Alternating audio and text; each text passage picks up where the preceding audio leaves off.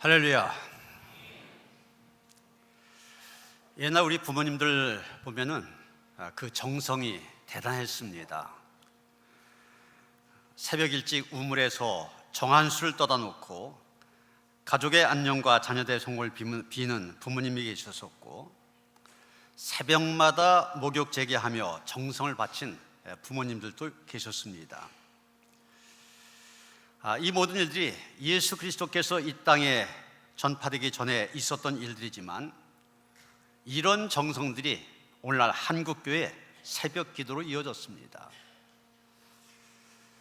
저희 어머니도 새벽 기도 빠지지 않는 분이었습니다. 옛날 이렇게 돌아보면은 지난주에 비가 굉장히 많이 왔지만 옛날에도 시골에 비가 굉장히 많이 옵니다. 그러면은 배수로가 제대로 안 돼 있어 갖고 길이 잃었던 곳이 다 하천으로 변합니다. 그런데도 그 하천을 건너서 교회를 가셨어요. 겨울엔 또 눈이 엄청 많이 옵니다. 무릎 위까지 이렇게 푹푹 잠길 정도로 눈이 오는데 그 눈도 다 헤쳐가면서 새벽 기도를 나가셨어요. 전 세계적으로 새벽에 깨어서 이렇게 기도한 곳 우리나라뿐입니다. 그래서 세계적인 전도자 빌리 그레엄 목사님, 이미 고인이 되셨지만 그 목사님은 이런 말을 하였습니다. 나는 캐나다에서는 아름다운 새소리에 잠을 깼습니다. 일본에서는 사람들이 일찍 공장에 출근하는 소리에 잠을 깼습니다. 그러나 한국에 와서는 새벽 기도를 알리는 종소리에 잠을 깨웠습니다. 이런 말을 하기까지 했습니다. 새벽 기도뿐만이 아닙니다. 헌금을 드릴 때는 하루 전에 돈을 신권, 새 돈으로 바꾸어서 드렸습니다. 주일에는 가장 좋은 옷을 입고 예배를 드렸습니다. 여러분, 바치는 물질이나 행위보다 더 귀한 것, 그 마음입니다. 요즘 젊은 세대들, 우리 부모님 세대에 이런 정성된 마음 새겨봐야 되고 본받도록 힘써야 됩니다. 그런데 여러분, 성경을 보면 하나님께서는 이런 정성보다도 더 받길 원하신 것이 있는 것을 보게 됩니다. 그것이 바로 오늘 시편 15편에서 노래하고 있는 내용입니다. 여기 시편 15편 다윗의 시 이런 제목으로 되어 있지 않습니까? 다윗은 1절에서 주의 장막에 머무를 자 누구오며 주의 성산에 산 자 누구오니까, 이런 질문으로 시작하고 있습니다. 죄송합니다.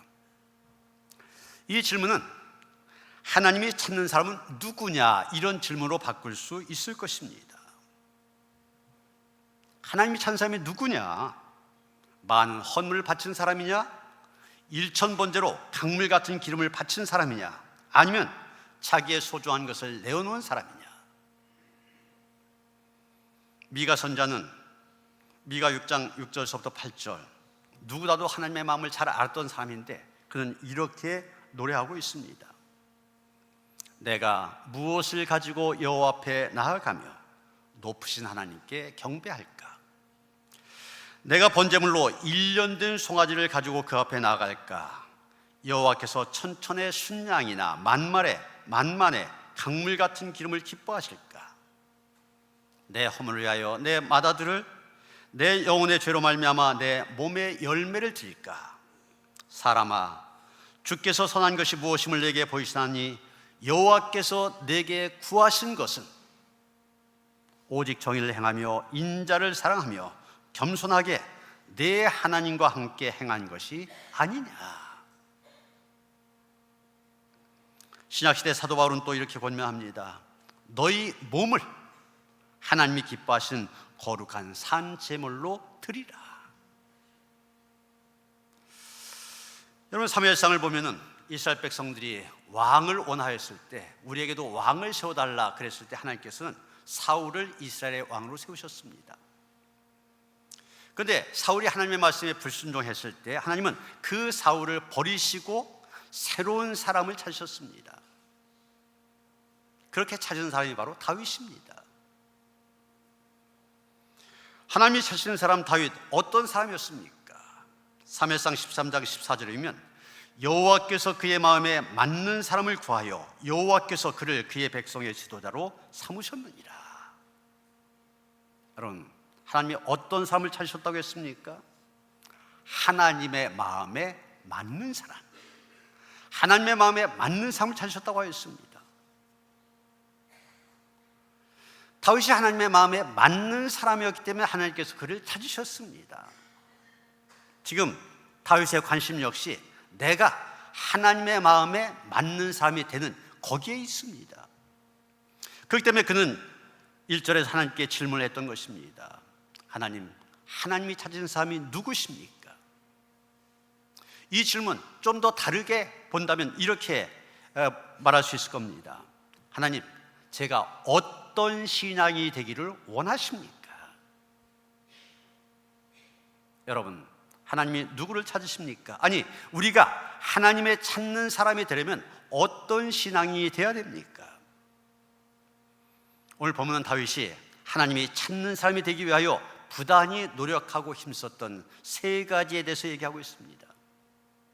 그것은 발과 입과 그리고 눈이었습니다. 첫째, 하나님이 찾으시는 사람은 나의 발이 어디를 향하여 가고 있는지를 제대로 알고서 가는 사람입니다. 1951년 폴란드의 생케비치의 장편소설을 원작으로 만든 기독교 영화가 있는데 바로 쿠오 바디스라고 하는 영화입니다. 이 영화는 폭군 네로 황제가 기독교를 박해할 때를 배경으로 삼고 있습니다. 네로 황제가 기독교인을 잡아들여 원형 경기장에서 그들 화형에 처하고 또 사자의 먹잇감이 되게 합니다. 그런 박해 상황이 되니까 베드로가 로마를 탈출하게 됩니다. 교인들을 뒤에 두고 로마를 떠납니다. 그런데 한참 길을 가는 도중에 반대편에서 로마를 향해 들어오는 주님을 만나게 됩니다. 깜짝 놀란 베드로가 예수님께 묻습니다. 주여, 어디로 가시나이까? 이게 바로 라틴어로 쿠오바디스입니다. 거기에 도미네라는 말 덧붙여서 도미네, 주님, 쿠오바디스, 어디로 가시나이까? 이런 뜻입니다. 그 질문에 예수님은 내가 다시 십자가를 지려고, 너희 다 로마에서 나오니까 거기서 도망쳐 나오니 내가 다시 들어가서 십자가를 지려고 로마로 들어간다 대답하십니다. 이 말 들은 베드로, 성도들을 남겨두고 로마를 떠나려던 베드로, 다시금 죽음이 기다리고 있는 로마를 향하여 발걸음을 옮기게 됩니다. 도망가던 발걸음이 다시금 순교의 발걸음으로 바뀌어진 것입니다. 오늘 본문을 보면 다윗에게 한 가지 소원과 목표가 있었습니다. 그것이 무엇이냐? 1절의 고백대로 주의 장막과 성산에서 사는 일입니다. 시편 27편 4절에도 보면 비슷한 말이 나옵니다. 내가 여호와께 바라는 한 가지 일, 그것을 구하리니 곧 내가 내 평생에 여호와의 집에 살면서 여호와의 아름다움을 바라보며 그의 성전에서 사모하는 그것이라. 오늘 본문에 장막과 성산이라는 표현이 나오는데 구약의 해막과 성전을 가리키는 겁니다.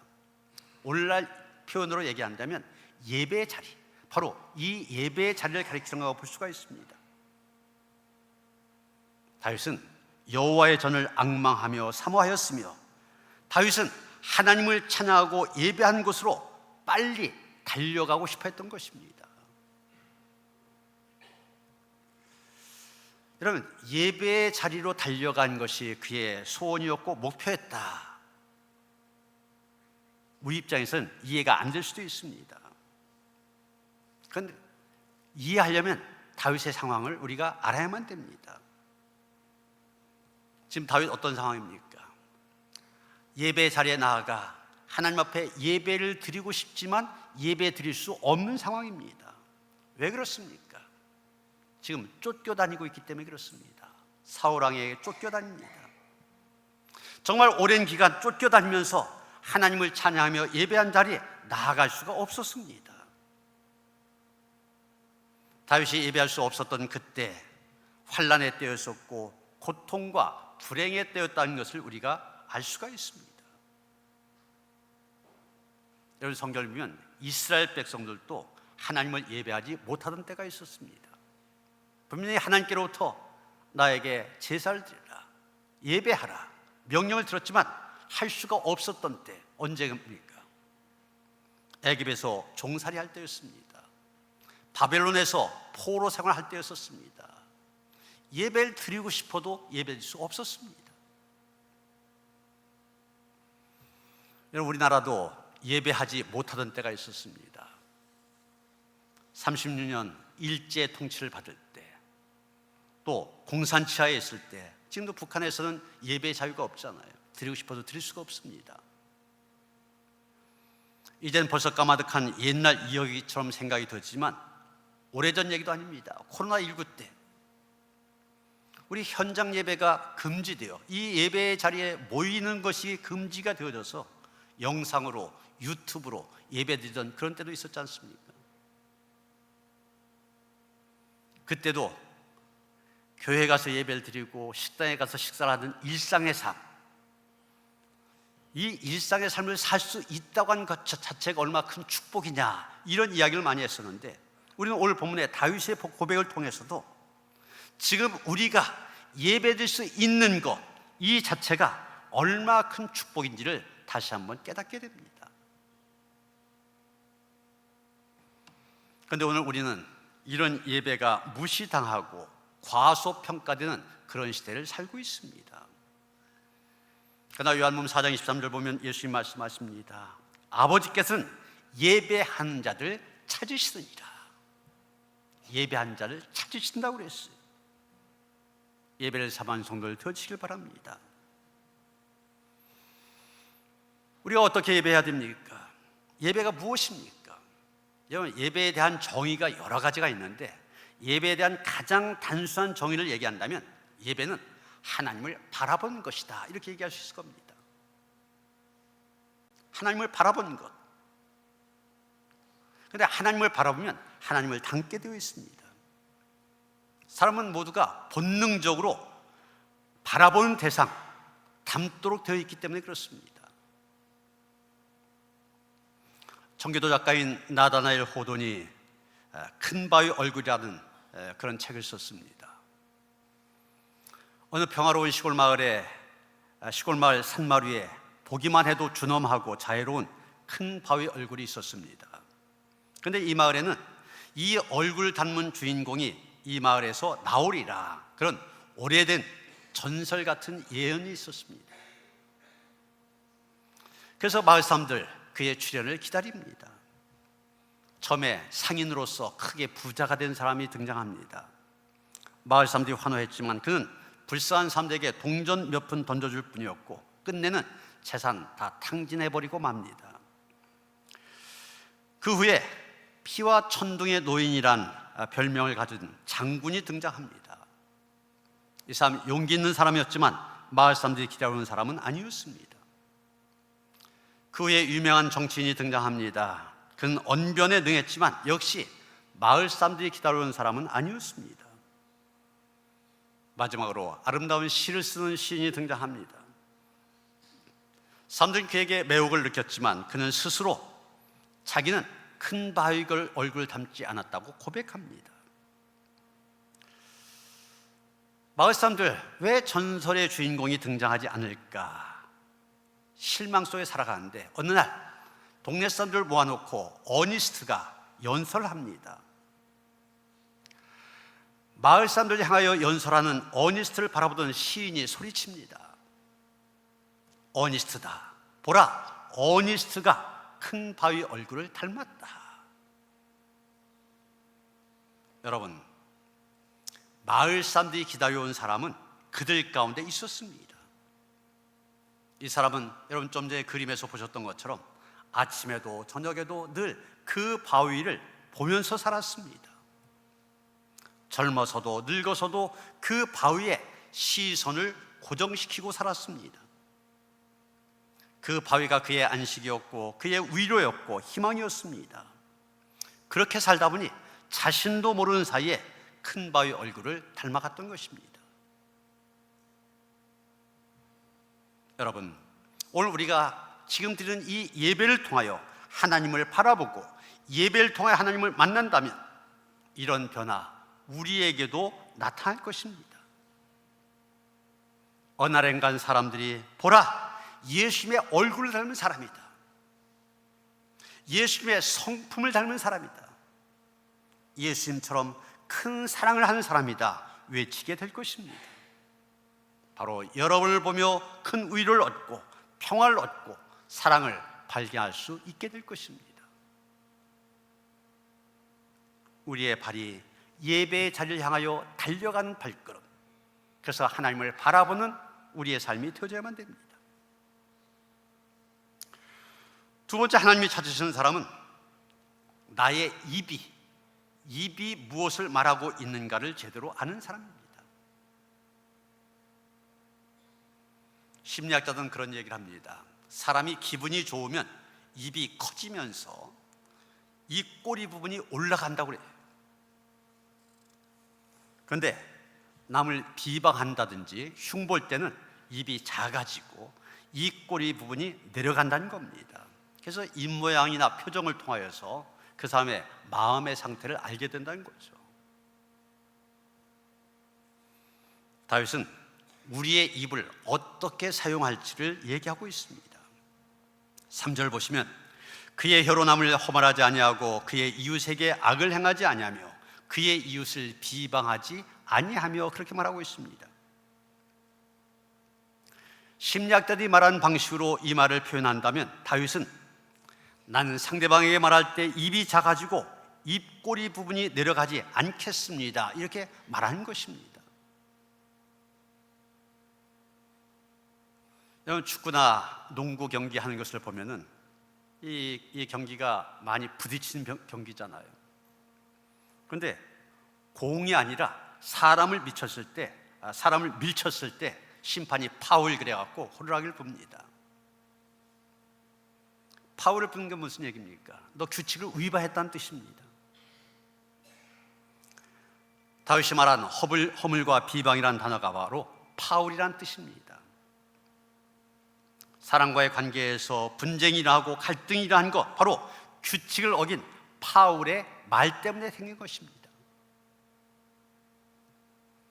그래서 야고보는 혀를 가리켜서 지옥불에서 나오는 불과 같다고 얘기합니다. 야고보서 3장 6절입니다. 혀는 곧 불이요 불의의 세계라. 혀는 우리 지체 중에서 온몸을 더럽히고 삶의 수레바퀴를 불사르나니 그 사르는 것이 지옥불에서 나느니라. 말의 파괴력, 또 한 화마가, 우리 지난 봄에 봤잖아요. 저 경상도 남쪽 지역에 불이 지나갔을 때 얼마나 차복했습니까? 말의 파괴력이 그렇다는 얘기예요. 그래서 바울은 에베소 4장 25절에서 이웃으로 더불어 참된 것을 말하라 얘기합니다. 잠언 25장 11절에 보면 경우에 합당한 말은 아로새긴 은쟁반의 금사관이라 이렇게 말하고 있습니다. 경우에 합당한 말을 해야 된다.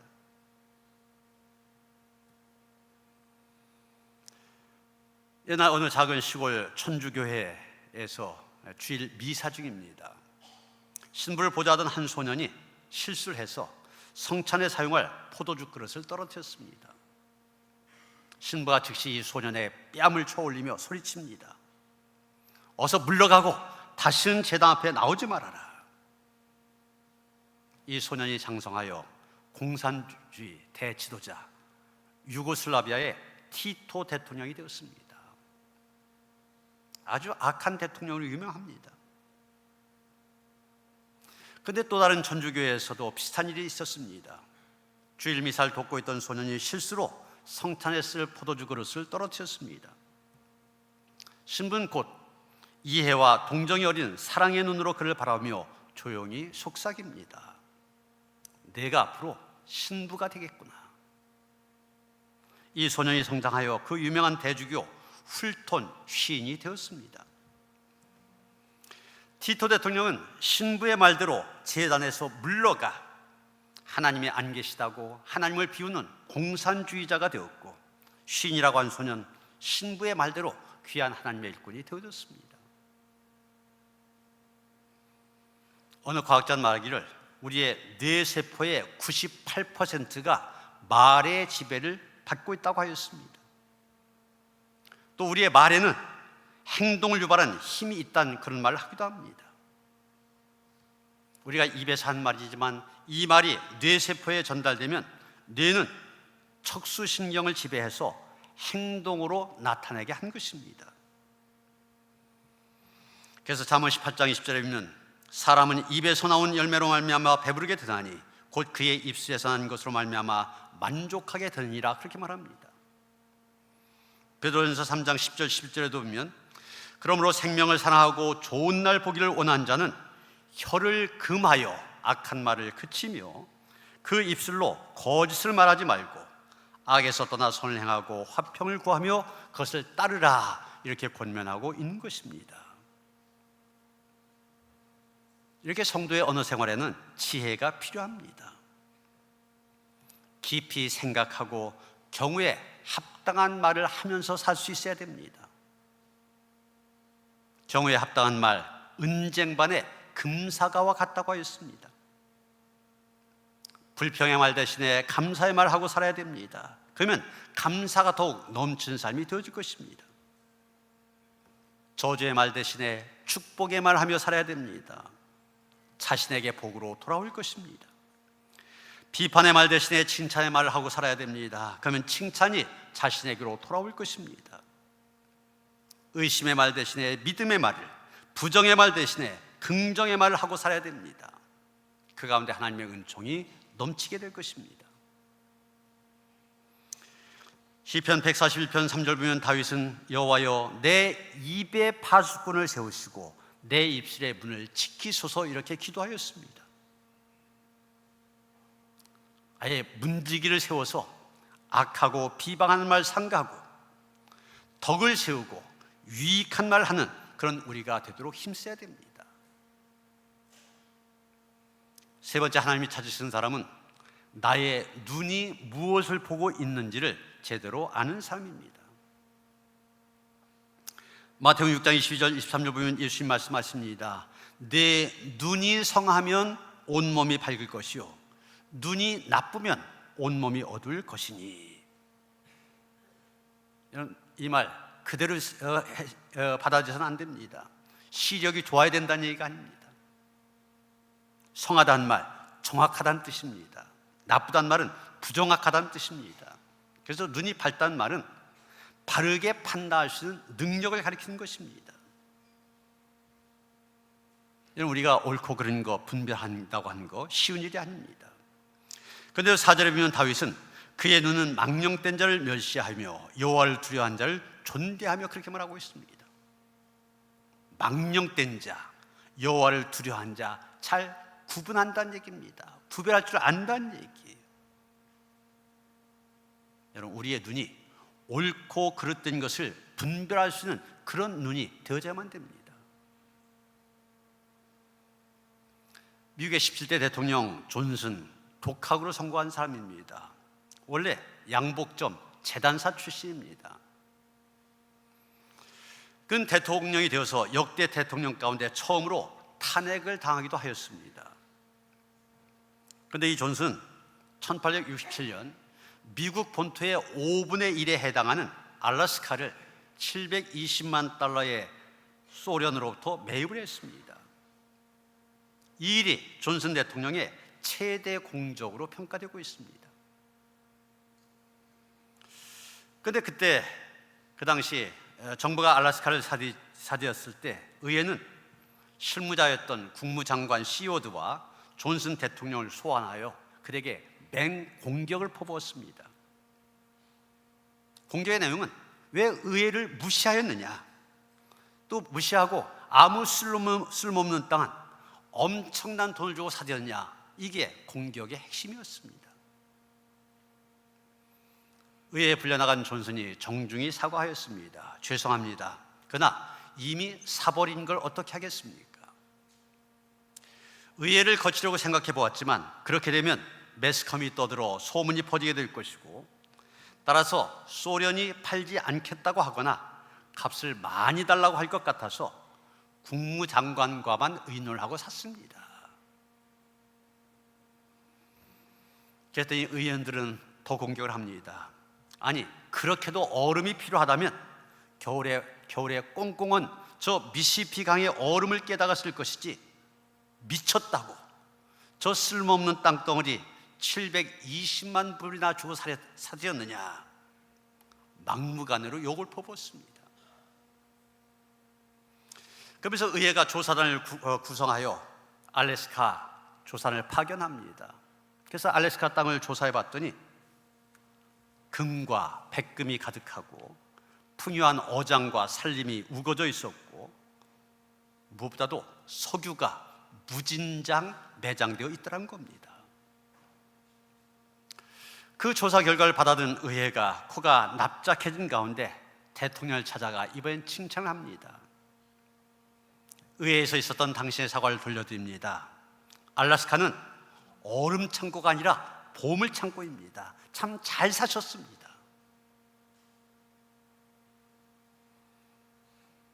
존슨 대통령은 알래스카의 미래를 보는 눈을 갖고 있었습니다.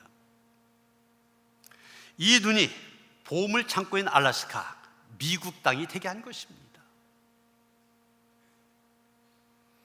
오늘날 사람들은 겉모양과 외모를 우선시합니다. 그러나 하나님은 사도행전 13장 22절에서 말씀하십니다. 내가 이 세 아들 다윗을 만나니 내 마음에 맞는 사람이라. 그 형들 외모를 보고 저 사람이다 저 사람이다 했지만 하나님은 아니셨습니다. 내 마음에 맞는 사람이다. 다윗이 외모를 보지 말아라. 다윗은 30살에 이스라엘 왕이 되어 40년 동안 통치했습니다. 하나님은 다윗의 마음을 보시고 중심을 보시고 그에게 모든 것을 맡기신 것입니다. 롯은 소돔과 고모라 성에 물이 넉넉한 것만 보았지 죄악의 도시 소돔은 보지 못했습니다. 결국 그로 갔다가 패가 망신했지 않습니까? 가룟 유다, 돈의 눈이 가려지다 보니 예수님을 은 30에 팔았습니다. 예수께서 채찍을 들고 돈 바꾸고 장사한 자들 성전에서 쫓아내신 것은 바로 사람의 마음속에 있는 욕심과 이기심을 보셨기 때문에 그것을 쫓아낸 것입니다. 사자성어 가운데 맹인 모상이란 말이 있습니다. 맹인 맹자, 사람인 자, 만질 모자, 코끼리 상자. 그래서 뜻을 그대로 풀이하면 맹인이 코끼리를 만진다는 뜻입니다. 이 말이 나오게 된 배경이 있습니다. 맹인들이 코끼리가 어떻게 생겼는지 굉장히 궁금해서 코끼리를 둘러서서 이리저리 만져봅니다. 그러면서 자기가 코끼리에 대해서 잘 안다고 서로 낯서 말합니다. 코끼리의 머리를 만진 맹인은 커다란 바위 같다고 얘기합니다. 귀를 만진 맹인은 곡식을 까부는 키와 같다고 얘기합니다. 다리를 만진 맹인은 기둥 같다고 합니다.